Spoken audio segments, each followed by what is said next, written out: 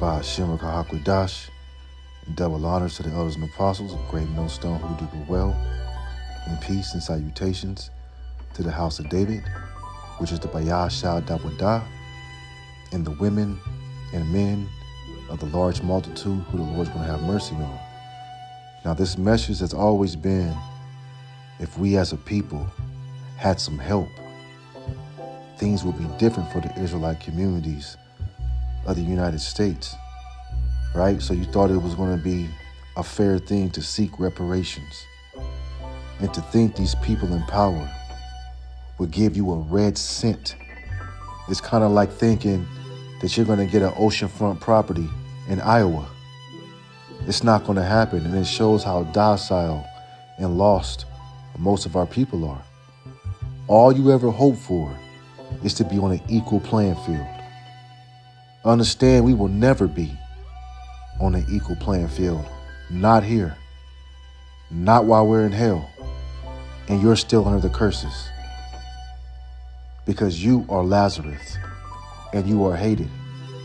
Psalms 83 is living in every corner, in every community where traffic is. The nations get loans in Babylon the Great, but you don't.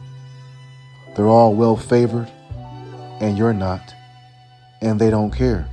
You had an NFL wide receiver pulled over in his Lamborghini on the way to a football game, right? Why? Because he's a black man riding a Lambo with dreads. Okay? You're not wanted here, but our people have this sense of you want to be loved. Have you asked yourself why the nations haven't gotten together and had a fund to help unfortunate Israelites, knowing that we're trapped in a snare? Right? Because they're a part of it. So just like the parable of Lazarus, these are the dogs that lick our sores. This is Luke 16:21. And desiring to be fed with the crumbs which fell from the rich man's table, moreover the dogs came and licked his sores. They're dogs, and these dogs are the nations. They lick your sores. They pacify you by selling you a 2-for-1 pack of blunts. All right, chicken been sitting in glass for 3 or 4 days, and they won't eat that shit. You know, the Arab man doesn't give a damn about you. He makes money here, setting up his businesses, obeys his master Esau, Edom, making money and thriving. The Chinese man, the Japanese man, Moab, Ammon, Elam. They don't care if your son or daughter dies in the streets of America tonight, because that's the storyline, the attachment that we're a messed up people and that's how we're supposed to be. It is, and it will always be associated with us that we're dysfunctional. You know why? It's because we're under the curses. But see, you know, our people, so-called black people, Native Americans, and Hispanics, you know, and that word black is a social construct that Jake throws around to think it empowers you, but it doesn't. Hispanics, not the Spaniards, but Hispanics of the Latino tribes and the Native Americans, but especially Negroes, right? Negroes have that soft heart for every people on this earth. But you can care less about yourselves or your brother. Right? What is that? That's the curses. And to believe for over 70 years, you march to be equal to a people that's biblically, genetically, morally beneath you. Right? We're more superior than any other people on this planet. The Lord made a covenant with you and not other people. Right? Amos 3:2 literally says, you only have I known of all the families of the earth. Therefore, I will punish you for all your iniquities. Okay, aren't we punished? Aren't we the bottom of the totem pole? And it's not a secret. Everybody knows it. Again, the way the nations look at you when you walk into their stores, eat in their establishments. They're unfair to your children in school. You know, and depending what part of the country you live in, you're still reminded, like that wicked nigga Jay-Z said, you're still a nigga. But that mind state is a mind state for beneath. The Lord said in Deuteronomy 76, let's just get it, for thou art a holy people unto the Lord thy God. The Lord Yahawah thy God hath chosen thee to be a special people unto himself above all people upon the face of the earth. Now, we read this particular verse to you for years as a boast of faith, as an eye-opener. Like, damn, that's how the Lord feels about me, right? But you don't believe the scripture because you don't believe in the Bible. You want that personal relationship with God, right? That's what they taught you in the church house. Make sure that you have a personal relationship with God, but you don't even know his true name. And when you find out certain details about the Lord Yahawah, it's too much for you. The Lord hates, he kills, right? And he judges. That's too much for you. You want this cupcake God in the sky. And really what it comes down to is your focus, so-called black people, has always been whether other people can be saved. Why not other people? Well, because the Lord said he chose you. He loved you, that's why. Deuteronomy 7:7, the Lord Yahawah did not set his love upon you, nor choose you because you were more in number than any people, for you were the fewest of all people. But because the Lord loved you, and because he would keep this oath which he has sworn unto your fathers, have the Lord brought you out of the mighty hand and redeemed you out of the house of bondmen and from the hand of the Pharaoh and the king of Egypt? Right, because Moses said, let my people go. He didn't say let everybody go. You are Lazarus, they are not.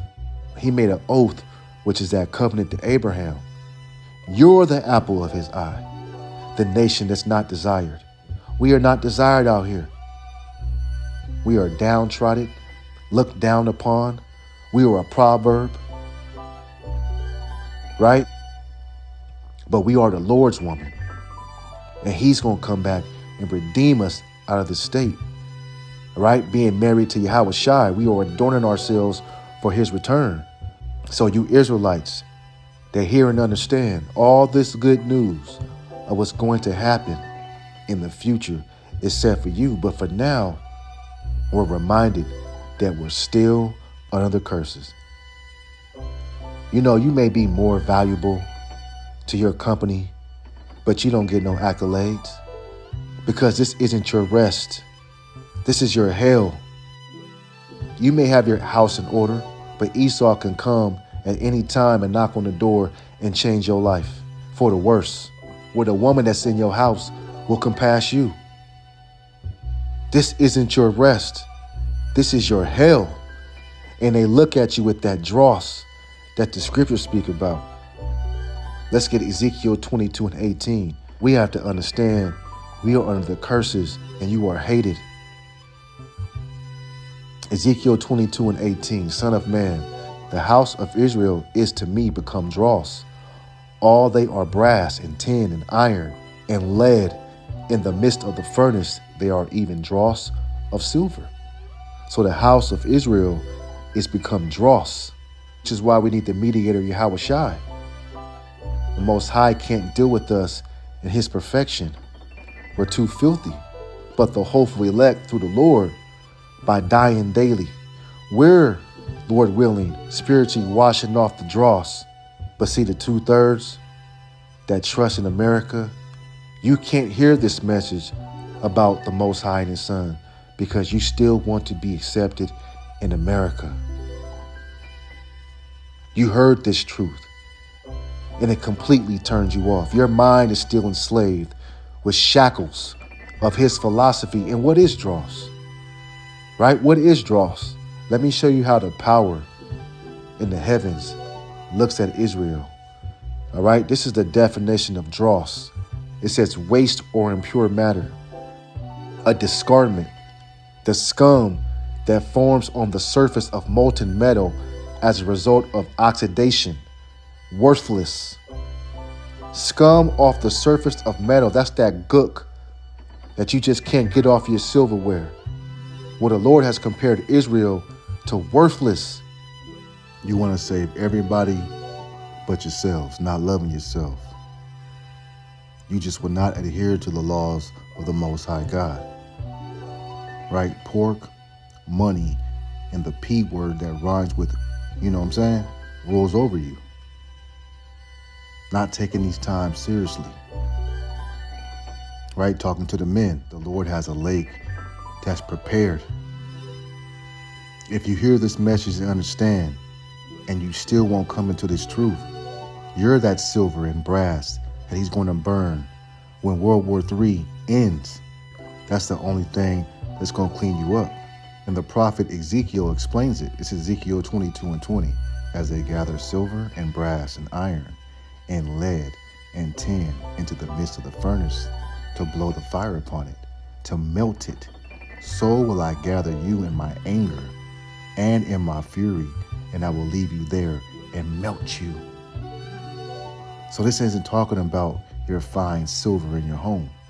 It's talking about people, Israelites, that's soon about to be deleted, all right, melted, as the Lord said, because you want to be an American rather than an Israelite. See, you really don't necessarily know the punishment entailed coming to you, because deep in your heart, you'd rather be accepted by society and Esau. You want to be faithful to your life and your image rather than to lose out. Coming into this truth, which is well organized, everything is decently in order. Well, Jake is out of order. And that life that you're living isn't sustainable. And the Lord is going to paralyze our people for not listening to him, meaning not allowing them to escape. 2/3, thus saith the Lord, will not survive. The Lord is going to be aggressive with his approach to target each and last one that's not his for the fire. Ezekiel 22:21. Yeah, I will gather you and blow upon you in the fire of my wrath, and you should be melted in the midst thereof. This is what's coming. This is the punishment for being disobedient. But the elect is going to be purified as gold, as that precious metal, that precious stone to him, which the lively stones being perfected and predestined from the beginning. All right, real quick, let's get Zechariah 13:9. Okay, this is the prophecy of what's coming to pass. This is Zechariah 13:9. I will bring the third part to the fire and will refine them as silver is refined. Right, that's the elect. And I will try them as gold is tried. They shall call on my name, and I will hear them. I will say, it is my people, and they shall say, the Lord is my power. Right, we're going to call on his name because we know it. But silver reprobates and bronze brute beast will be destroyed. But he's going to keep the gold if you can pick up what I'm putting down. The elect has been chosen. The men and women who's purging out everything in Babylon the Great right now, removing the impurities from us to serve him in this wicked flesh, man. All right, 2nd Ezra 16:73 says, then shall they be known who are my chosen, because they're going to be tried in fire. The gold is the elect, and we will be tried. But because your belief in the Lord, Lord willing, he's going to have mercy on us. You're not going to have mercy. Going back to Ezekiel, the Lord said, worry about how the elect shall be saved. Ezekiel 22:22, as silver is melted in the midst of the furnace, so shall ye be melted in the midst thereof. And you should know that I, the Lord, YAHAWAH, have poured out my fury upon you. And our people have always sought for so-called woken men to save us. We've always looked for a savior, but you're not looking for YAHAWASHI. Malcolm was for the nation of you Islam jakes. Martin for the plantation Christian so-called black man and woman, right? They gave Marcus Garvey for our brothers in the islands. Benjamin and Levi. Issachar, they gave you Cesar Chavez. And guess what? All of them was put to death. You had Jake out here following Gandhi. You see, this is the wine and the philosophy that you love to drink. And Jake is drunk. None of them can save you. And since you don't believe in YAHAWASHI, all of you are looking for Jesus the Christ to save you. But when YAHAWASHI shows up, all you marching, Christmas celebrating, Halloween dressing, part-time Christian, part-time Israelites, you're going to be in a terrible case, because we're in severe times. So many people are vulnerable to the future prophecies of what's coming. You're basically a ticking time bomb, as St. Peter says, made to be taken and destroyed, being brute beast, right? And I want to get a precept. This is 2nd Esdras 8:29. Let it not be thy will to destroy them which have lived like beasts, but to look upon them that have clearly taught thy law. This is why we do these videos. Come out of what you've learned and step into what is true. 2nd Esdras 8:55 says, and therefore ask thou no more questions concerning the multitude of them that perish. For when they have taken liberty, they despise the Most High, thought scorn of his law, and forsook his ways. This is the message continually coming out to you. And you don't have to be a prophet to make your call and election sure. All right, just being obedient to him, listening and learning. You may give alms every once in a while, right? Look, you're going to be blessed, because many other Israelites are prepared for the lake. They have no hope. So be prepared for your reward, man. This is Matthew 10:41. He that receiveth a prophet in the name of a prophet shall receive a prophet's reward. And he that receiveth a righteous man in the name of a righteous man shall receive a righteous man's reward. So these small things are big to the Lord Yahawah, BAHASHAM YAHAWASHI. Right? This is going to get you that invitation that's going to be provided with a white wedding garment. Okay? They have no hope. So be prepared for your reward, man. This is Matthew 10:41. He that receiveth a prophet in the name of a prophet shall receive a prophet's reward. And he that receiveth a righteous man in the name of a righteous man shall receive a righteous man's reward. So these small things are big to the Lord Yahawah, BAHASHAM YAHAWASHI. Right? This is going to get you that invitation that's going to be provided with a white wedding garment. Okay? Matthew 10:42, let's get that. It says, and whosoever shall give drink unto one of these little ones a cup of cold water only in the name of a disciple, verily I say unto you, he shall no wise lose his reward. So even if you give a man of the Lord a cup of water, you have many rewards coming to you, man. Okay? If you're chosen, many rewards are coming because you believe in him and you fear him, right? So because they don't believe, should I make the Lord Yahawah, BAHASHAM YAHAWASHI of none effect? No. Which means the nations, Esau, Edom, and 2/3 are about to be judged. Judgment is coming soon. But the prophets and the saints, because your works followed you with your belief, because many believe what we're preaching, the destruction of Babylon the Great, and many don't. They think it's a fallacy, and you're going to continue that train of thought right up until the day of doom comes. And that day of doom is going to be the beginning of our time.